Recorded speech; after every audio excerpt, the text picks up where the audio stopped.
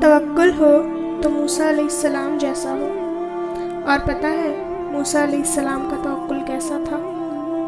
زندگی میں اکثر ایسے لمحات آتے ہیں جب ہمیں لگتا ہے کہ جیسے ہم نے سب کچھ کھو دیا ہے، تب ہر چیز ہمیں ٹوٹی ہوئی اور بکھری ہوئی نظر آ رہی ہوتی ہے۔ بعض اوقات ایسا محسوس ہوتا ہے جیسے ہمیں ہماری دعاؤں سے رد کر دیا گیا ہو، جیسے ہمیں دھتکار دیا گیا ہو، لیکن چیزیں اکثر وہ نہیں ہوتی جو نظر آ رہی ہوتی ہے۔ جیسے موسیٰ علیہ السلام سمندر کے سامنے کھڑے تھے اور ان کے پیچھے فرعون کا پورا لشکر لگا ہوا تھا، نہ آگے کوئی راستہ نظر آ رہا تھا اور نہ پیچھے کوئی راہ بچی تھی، لیکن انہوں نے پھر بھی توکل رکھا۔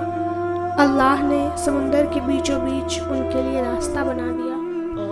موسیٰ علیہ السلام نے اس وقت اس راہ پر بھروسہ رکھا جو انہیں نظر نہیں آ رہی تھی، کیونکہ انہیں وہ راہ بنانے والے پر یقین تھا کہ راہیں بنانے والا لازمی موسیٰ علیہ السلام کے لیے اپنی اندیکھی مدد بھیجے گا۔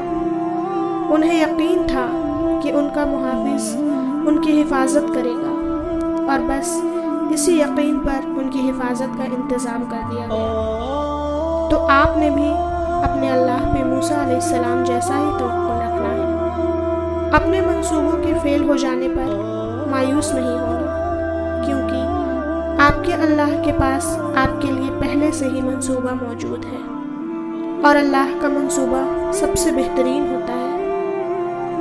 موسیٰ علیہ السلام نے اپنے لیے اپنے رب کو کافی کر لیا تھا، سو دیکھیے کتنے بڑے لشکر کو اکیلے موسیٰ علیہ السلام کی دعا نے مات دے دی تھی۔ آپ بھی کافی کر لیں اپنے لیے اپنے رب کو، پھر دیکھیے ساری رکاوٹوں کو مات ہو جائے گی۔ سامنے کھائی ہو یا پھر ٹھاٹھے مارتا ہوا سمندر، جو اللہ تعالیٰ پہ یقین رکھتے ہیں اللہ انہیں پار لگا ہی دیتا ہے۔ یاد نہیں اللہ کا وعدہ ہے، جو اللہ پہ بھروسہ کرتا ہے اللہ اس کے لیے کافی ہو جاتا ہے۔ جس نے کافی کر لیا اسے، سو وہ کافی ہو گیا اس کے لیے۔